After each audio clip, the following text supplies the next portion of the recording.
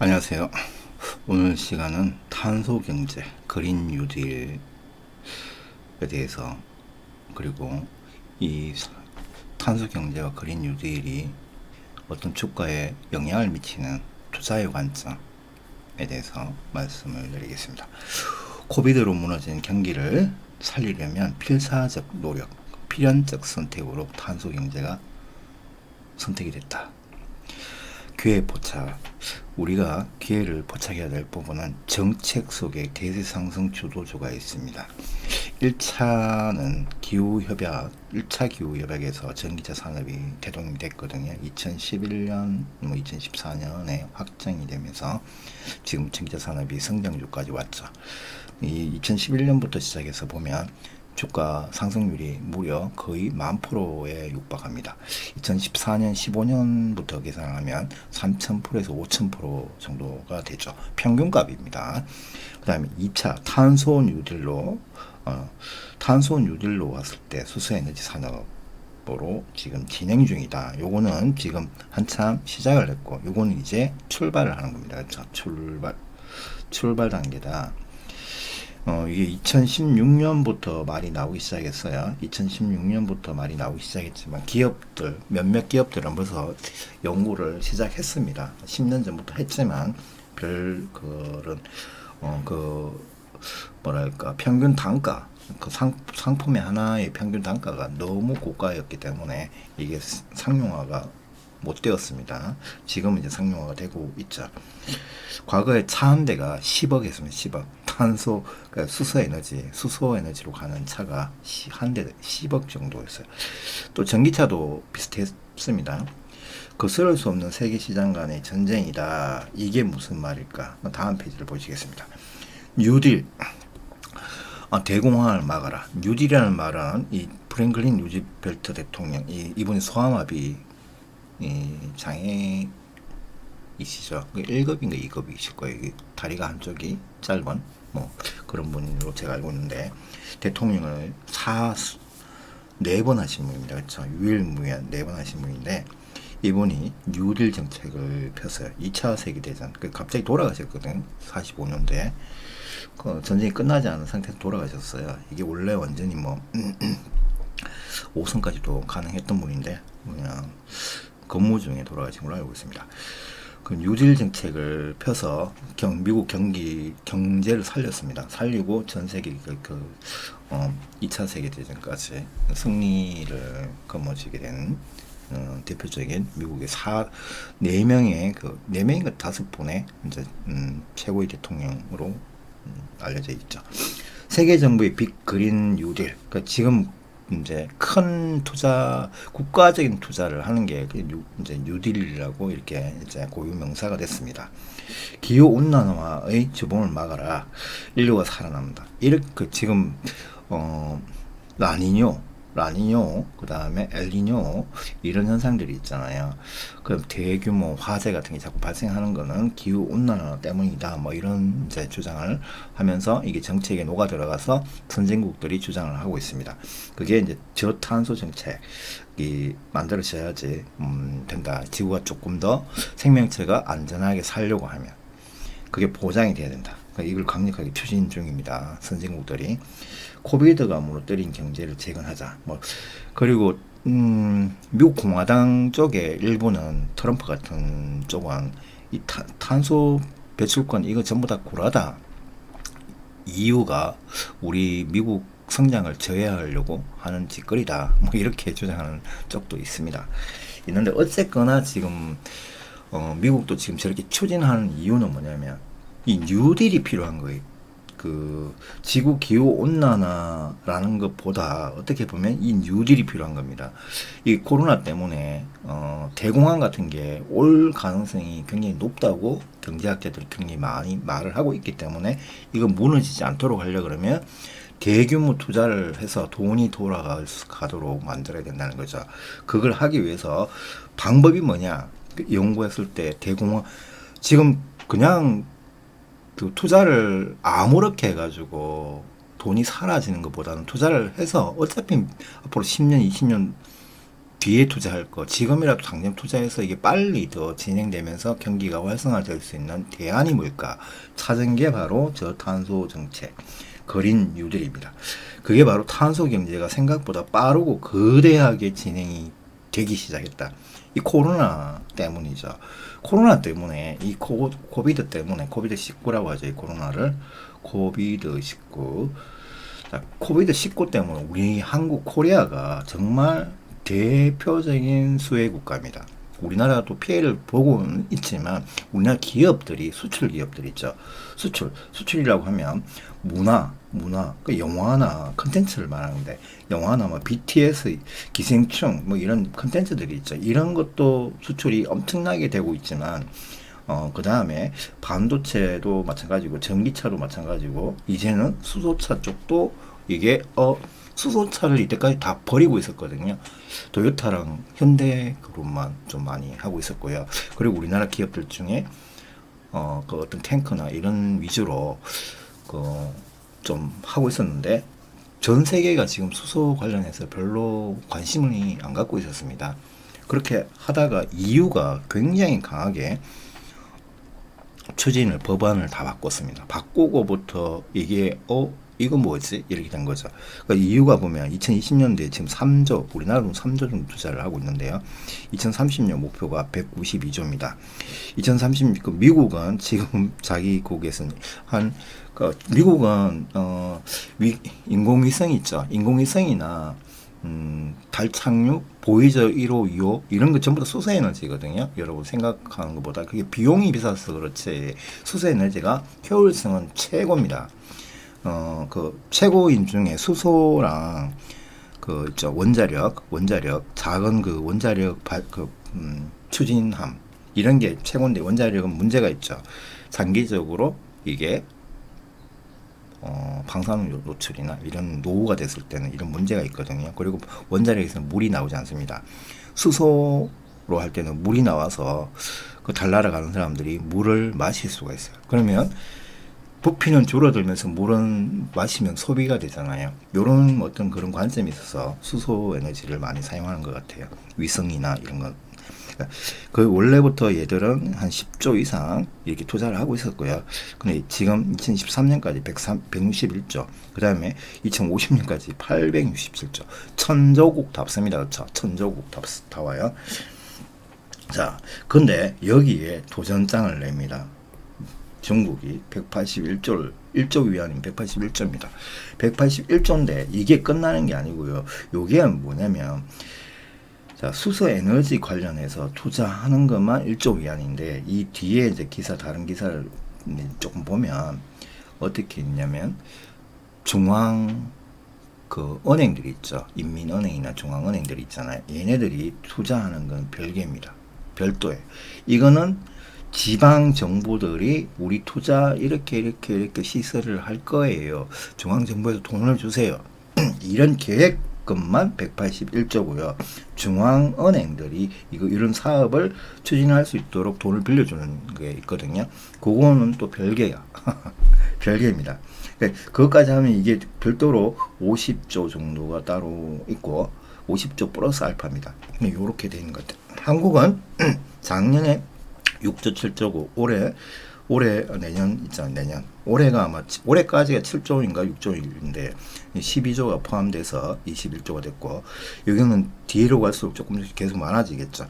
그리고 뭐 이게 10년간 200조라고 합니다. 210조인가 그런 것 같아요. 10년간인가 7년간인가 하여튼 정부에서 지원해 주는 게 그린 수소만 이야기하는 게 아니고 그린 에너지 산업에 친환경 에너지 산업 이제 기업들이 현대차 그룹 포함해서 우리나라 7개 기업이 대기업들이 있죠. 30대 대기업입니다. 30대 안에 들어가는 기업들이 43조를 투자한다.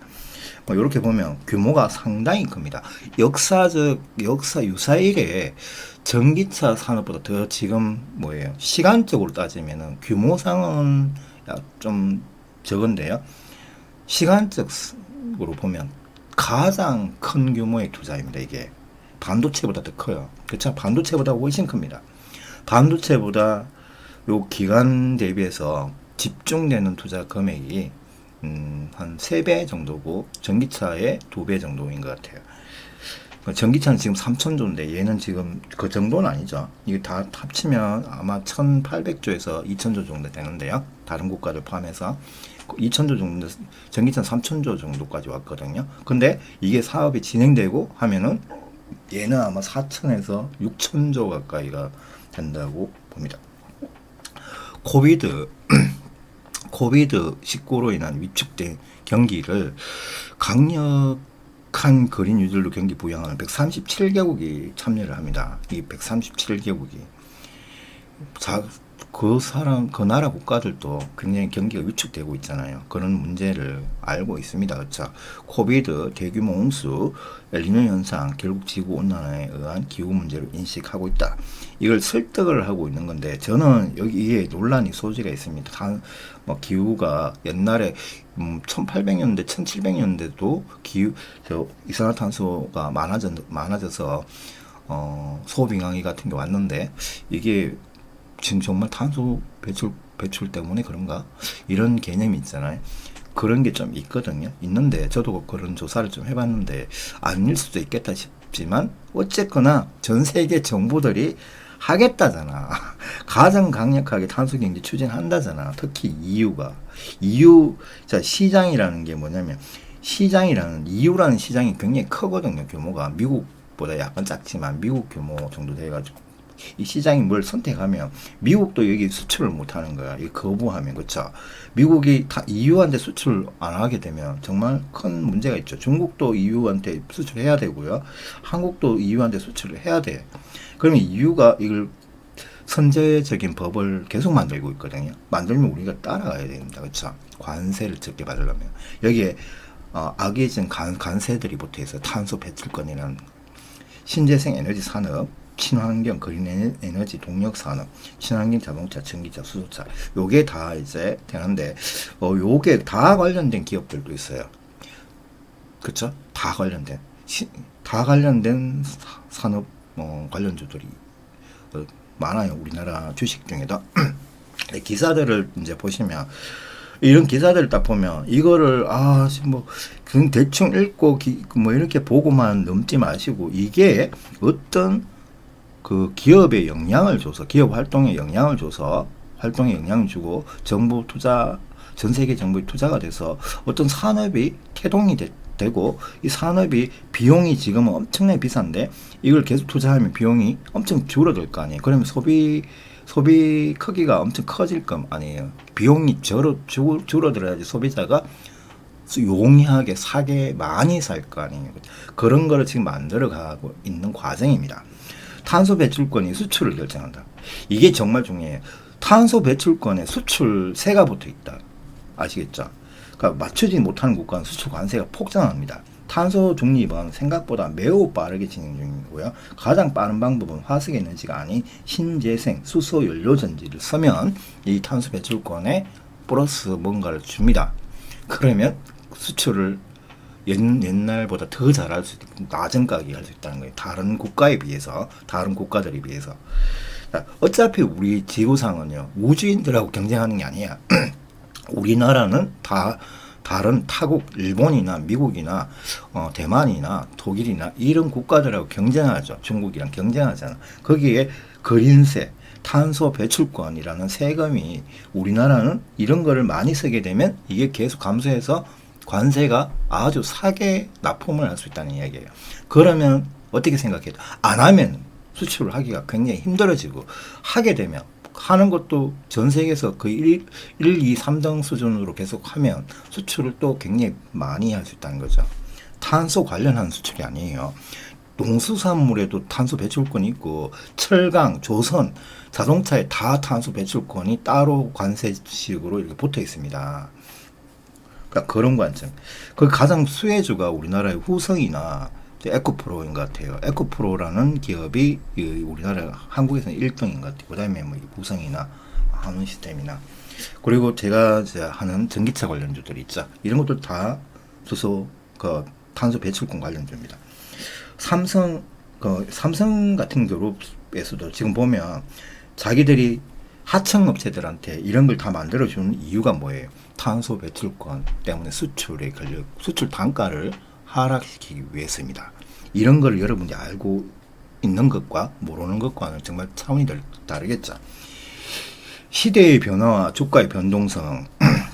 자, 여러분들 아무리 좋은 종목이든 간에, 종목군이든 간에, 내가 반도체가 아무리 성장 산업이고 뭐고 간에 이런 관점을 약간 이게 차트라고 생각해요. 차트. 이게 시간적 개념. 여기서부터 출발해서 이렇게 간다. 그러니까 여기가 뭐 1부터 시작하면 여기 100이다. 그러면 반도체는 이미 50년 전에 나왔죠. 50년 전에.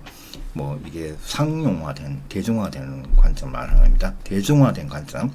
50년 전에 나왔는데 반도체는 앞으로도 50년, 100년 갑니다. 가긴 하지만 투자자의 관점을 봐야 돼요. 산업 관점이 아니고 투자자의 관점.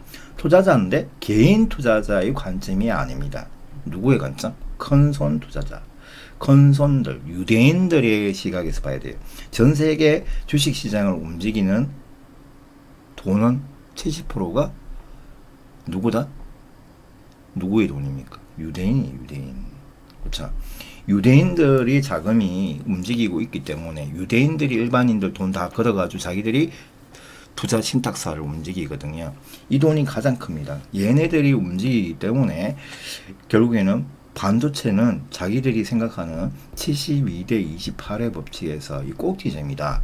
그러면 반도체를 사러 가는 게 아니라 전기차 샀어요. 전기차를 지금 더 많이 매수를 하고 있다고, 비중을. 지금 제일 많이 한 게 전기차죠. 그렇죠? 알고 계실 거예요. 그렇죠? 테슬라, 중국의 비야드, CATL 같은, 칼트 같은, 그 다음에 한국의 삼성 SDI, 뭐 이런 종목들을 가장 많이 베팅을 하고 있습니다. 그런 것도 알고 계셔야 되겠죠. 그다음 반도체 중에는 파운데리 있죠. 그래픽 반도체. 이쪽으로 가장 투자를 많이 하지. 메모리 반도체는 던지고 있다. 메모리 반도체 만드는 회사 기업들이 우리나라 삼성전자, 그다음에 SK 하이닉스, 그다음에 그 미국의 인텔입니다. 인텔 주가가 굉장히 크게 하락했죠. 하락해서 옆으로만 계속 갑니다. 하락한 이후에 주가 폭등했다가 이렇게만 간다고. 삼성전자는 이렇게 가고 있죠. 근데 그 그래픽 관련주들은 이렇게 가고 있어요. 계속. 이런 게 좋은 겁니다. 이런 건 별로 좋은 게 아니에요. 자, 전기차 같은 삼성전자의 20년, 30년 전에 요 반도체는 여기 있었다고요. 가장 안전하게 갈 수 있는 종목들은 지금 전기차 종목들이죠. 그렇죠? 그 다음에 자율주행차도 포함되는데 자율주행차는 종목 구분하기가 힘들어요. 그 다음에 탄소 소재 뭐 이런 쪽이 있는데, 수소차는 전기차의 지난 한 7년 전 정도나 5년 전 정도입니다. 5년 전, 7년 전에 전기차는 여기 정도에 있었거든. 여기 일대에 있었습니다. 그럼 차트가 한번 폭등했다가 다시 폭등한다고. 이런 관점을 여러분 배우셔야 되는데, 수소차와 전기차를 봤을 때 산업은 투자 규모로 봤을 때 수소차가 더 많은 것 같아요. 지금 비용이 더 많이 들어가서 그럴 수도 있는데, 수소차 연료전지가 오히려 전반적인 산업에 다 더 많이 쓰이는 것 같아요. 전반적인 산업에. 그리고 수소 연료전지를 굴리면 차량이나 이런 데서 연기가 매연이 나오는 게 아니고 뭐예요? 물이 나오죠. 물 아니면 수소가 나옵니다. 그러니까 수소는 또 기화가 되거든요. 기화, 바로 증발된다고. 휘발성이 아주 강합니다. 물은 깨끗하잖아요. 그렇죠? 이거 물 마셔도 될 정도로 깨끗한 물이 나옵니다. 우주인들이 그 인공위성 같은데, 그 인공위성은 아니고 위성 있죠. 위성이나 달 날아갈 때 이 수소 연료 전지에서 나오는 물을 마시거든요. 물을 다 실어갈 수는 없잖아. 1년치, 2년치를.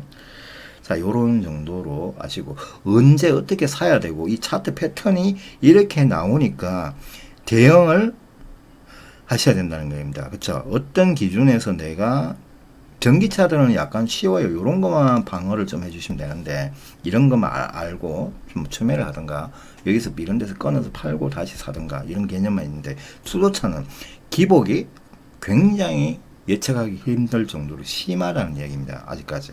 얘네들은. 왜?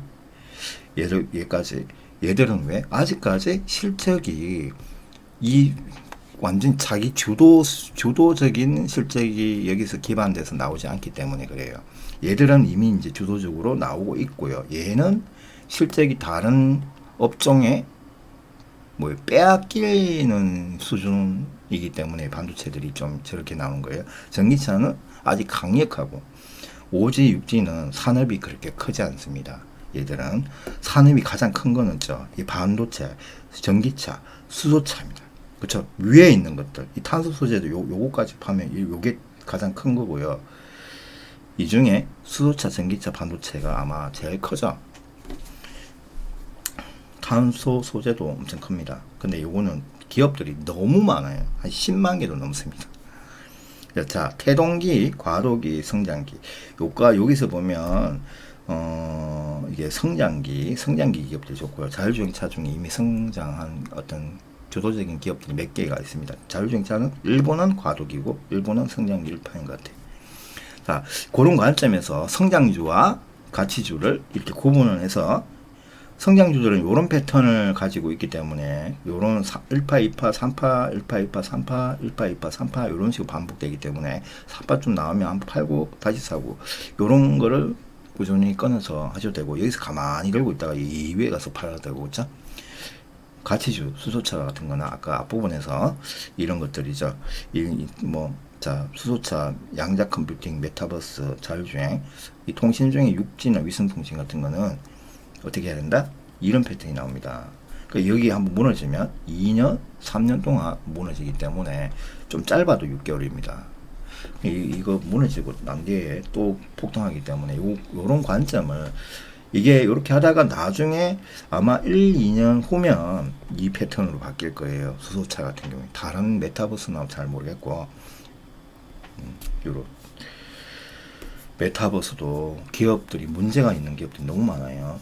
메타버스 대장주는 이미 1000%, 3000%, 뭐 5000% 오른 상태라서 좀 그렇고.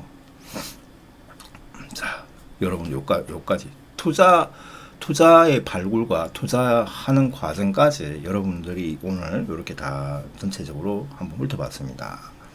이런 관점을 여러분들이 충분히 어떤 기사나 어떤 사건에서 그 투자의 개념을 확실히 파악해야 됩니다. 그리고 탄소 경제 그린 뉴딜이 인류 역사상 가장 큽니다. 인류 역사상 투자되는 규모가 전기차보다 더 기간 대비해서 탄소 경제 투자 규모가 가장 크고요.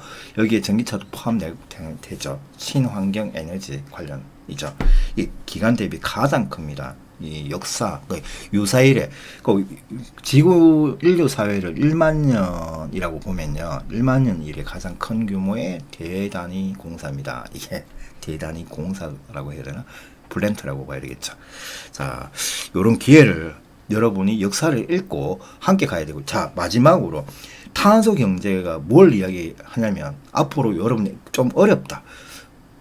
앞으로 여러분이 밖에 나갔을 때 타고 다니는 버스와 도로를 우리 서울뿐만 아니라 뉴욕 거리를 다 수소차와 수트럭과 수소 그린 아니면 전기차 관련 자동차들만 빽빽하게 다 다닌다. 그리고 심지어 하늘을 나는 항공기, 그다음에 선박 운송기들 있죠. 이런 것들 전부 다 수소 에너지나 소형 원자로나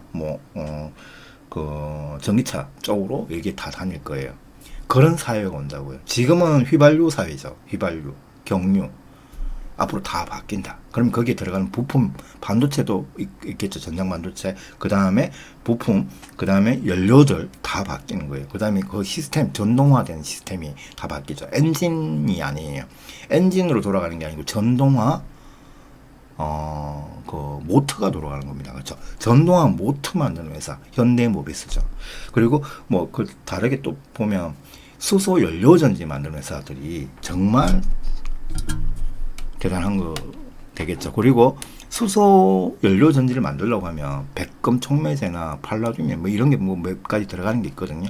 그런 연료, 리튬이나 이런 관련한 그런 에너지, 그런 것도 굉장히 이제 필요한 사회죠. 엄청 중요한 사회가 됐다.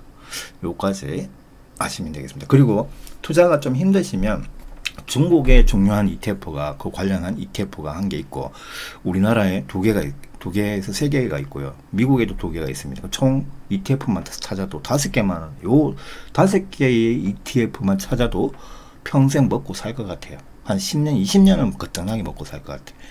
자, 여기까지 설명을 했습니다. 수고하셨습니다. 마지막에 아까 제가 그 차트 있잖아요. 차트에서 네가 제가 이게 이런 방송을 하다 보면 제가 분명히 가치주와 수소 전기차 같은 이런 시그널은 차트상의 수익률 관점에 차트가 굉장히 중요하거든요. 차트가 이런 유형이 나오는 거는 굉장히 힘들어집니다. 이 가치주의 차트. 이거는 여러분들이 잘 관리를 하셔야 돼요. 장기 투자하는 경우에는 저런 거 폭등했을 때 관점이 필요 없죠. 더 밑으로 떨어지면 더 사면 되니까. 장기 투자를 하려고 그러면 올인은 안 돼요.